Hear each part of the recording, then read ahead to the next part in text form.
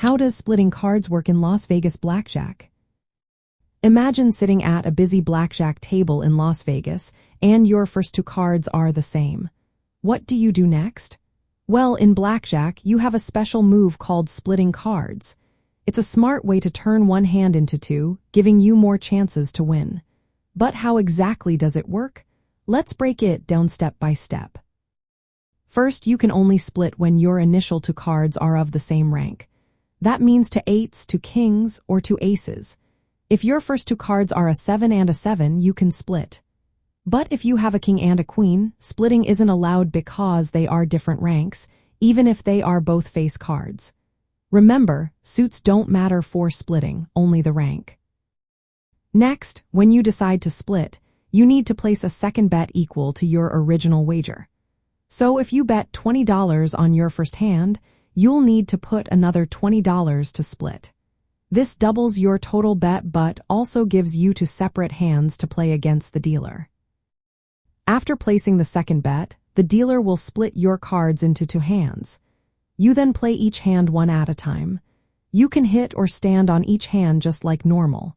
For example, if you split to eights, you might hit on one and stand on the other, depending on what the dealer shows.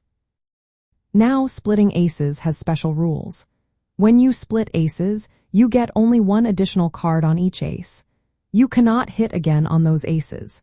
If you get a 10 value card on a split ace, it counts as 21 but not as a blackjack.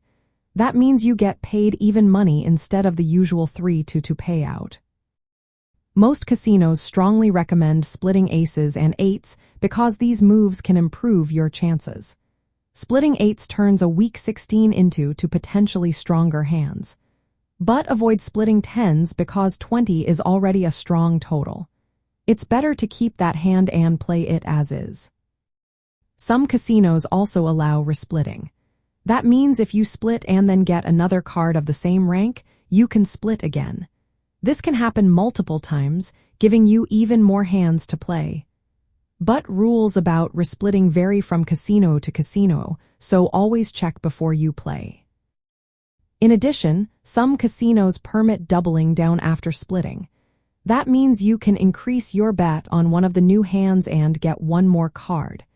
This move can be beneficial if the situation looks promising. Knowing when to split is a key part of blackjack strategy. Usually, splitting aces and eights is recommended, but it depends on what the dealer shows.